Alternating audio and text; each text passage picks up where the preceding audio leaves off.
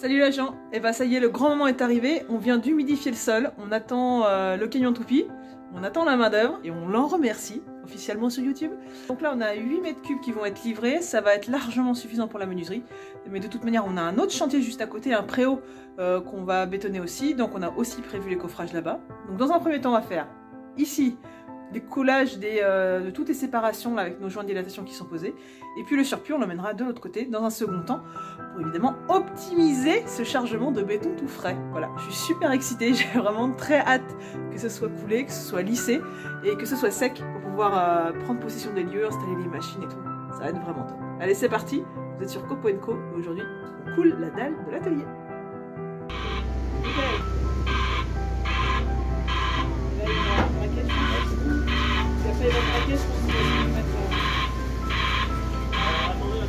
Ah c'est bon. C'est bon ou pas? Ah ouais, c'est bon.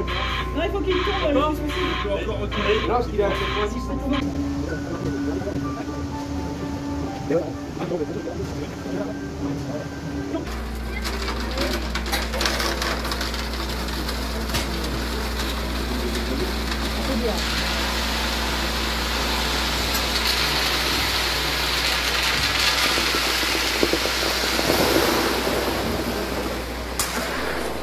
Et bienvenue en direct du chantier où j'ai l'honneur de vous présenter en bois et en bâche recyclée le toboggan à béton Copo & Co.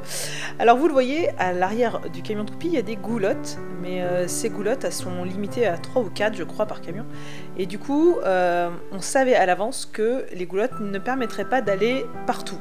Le problème c'est que si on dépose le béton à un endroit, après, ben, vous le voyez, il faut passer le râteau, la pelle, pour l'étaler au mieux. Sauf que quand on a commandé le béton, eh bien, il n'y avait aucun camion toupie équipé d'un tapis qui était disponible. Donc le tapis, c'est comme un tapis roulant dans les caisses des magasins, ça vous permet d'acheminer le béton plus loin que les goulottes. Mais bon, là c'était pas disponible, donc j'ai fabriqué un toboggan à béton sommaire qui, ma foi, nous a quand même pas mal rendu service, mais il fallait quand même compter sur tous les bras des vaillants courageux qui sont venus nous filer un coup de main pour étaler ça au mieux. Parce qu'en gros, les étapes, ça va être déjà de répartir le béton le plus uniformément possible, pas tout à fait de niveau, mais quasiment, pour ensuite pouvoir utiliser la règle pour se mettre en appui sur les joints de dilatation et la faire glisser pour niveler le béton.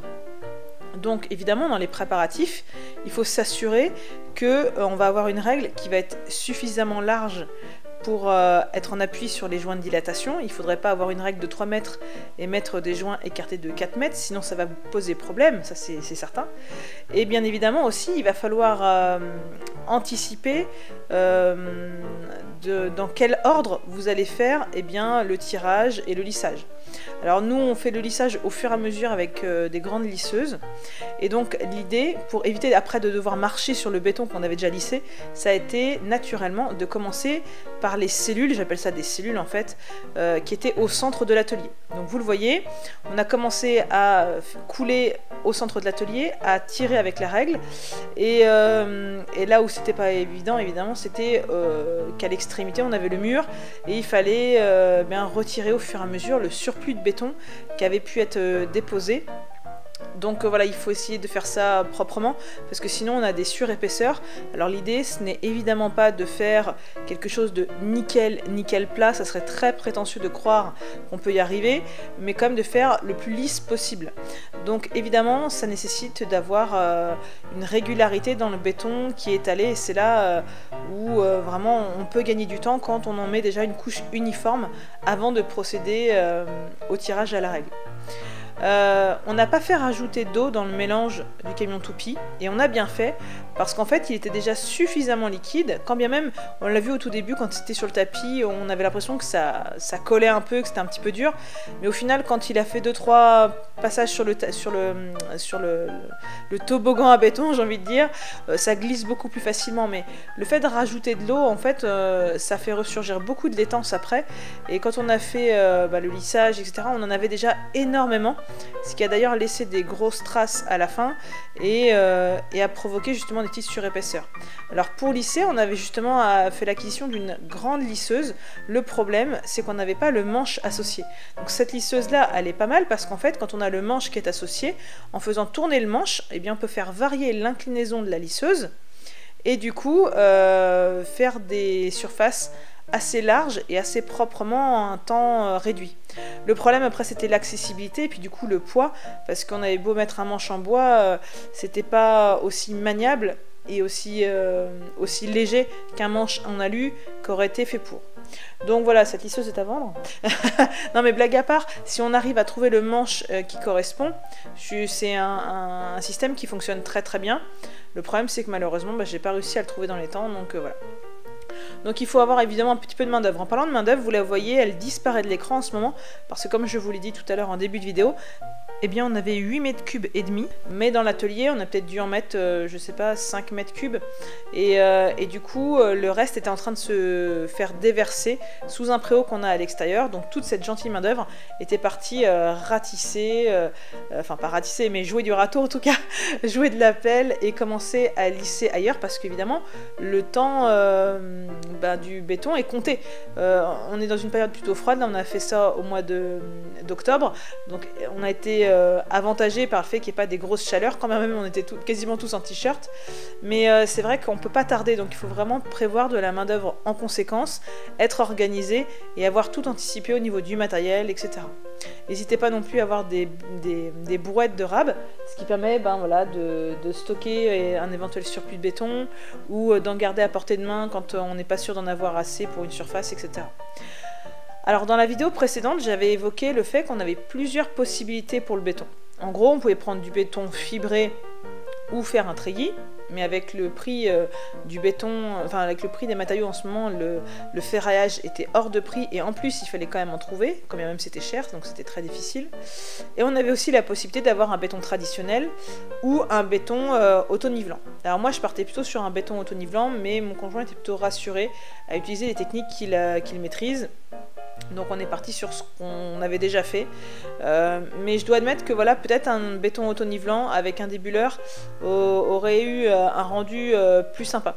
Le problème c'était le lissage, parce que même si on veut pas en faire un billard, je vais faire de la peinture au sol après, donc il faut quand même que ce soit relativement lisse. Sauf que voilà, il fallait trouver le bon compromis entre ce qu'on maîtrisait comme technique, comment lisser, avec quelle machine, et par exemple un hélicoptère c'était pas forcément envisageable. Donc voilà, écoutez, en tout cas ça a bien fonctionné, ça a pris beaucoup de temps, on a fini dans la nuit, mais le rendu est plutôt sympa. Voilà, ça fait une surface énorme, et évidemment si vous vous souvenez du sol, de l'état du sol avant les travaux, vous comprendrez que maintenant, quand il y aura une grosse dégauchisseuse de 300 kg à faire rouler dans l'atelier, ce sera plus pratique qu'avant. Ça, il n'y a aucun doute. Pareil, quand il y aura besoin de monter des meubles à blanc, et ben là au moins on sera quasiment de niveau. Et du coup, il n'y aura pas besoin de mettre 10 cm de cale sous un des côtés du meuble pour qu'il soit bien de niveau, quoi. Ça, c'est très appréciable. Alors, petit défi à la fin, évidemment, c'était de lisser le seuil de la porte. J'ai terminé par ça. Pas forcément accessible sur le petit coin là-bas. Donc, il fallait enlever le surplus de béton au fur et à mesure. Jongler aussi avec la laitance qui s'était accumulée depuis l'autre côté du mur, en essayant de faire une surface aussi lisse que possible. Donc voilà, c'est toujours le petit dilemme de est-ce que c'est bien, est-ce que le mieux ça serait pas l'ennemi du bien, parce qu'on essaie toujours de rattraper, et puis en fait souvent c'est pire que ce n'était. Donc voilà, il faut savoir s'arrêter, ce qui est pas forcément simple, mais pour des gens dont c'est pas le métier, on va dire que c'était quand même pas si mal réalisé. Je sais pas ce que vous en pensez, dites-moi en commentaire. Je suis intéressée par votre opinion. Les gens, c'est coulé. Et ça, c'est vraiment cool. On a eu de la main d'œuvre super efficace qui a été très gentille de nous filer un coup de main. Donc, on va attendre que ça sèche. Et puis, prochaines étapes, ça va être probablement d'enjoliver tout ça. Peut-être peinture au sol, sûrement peinture murale là-bas, où c'est un peu moche. Après, je m'occuperai de la façade. Après, je m'occuperai des plaques de toit, probablement. Et il faudra ensuite tout réaménager dans l'atelier et faire entrer une nouvelle machine à bois. Donc rendez-vous au prochain épisode. En attendant, je vous dis à très bientôt sur Copo & Co. Et surtout, n'oubliez pas, faites plein de copeaux. Bye bye.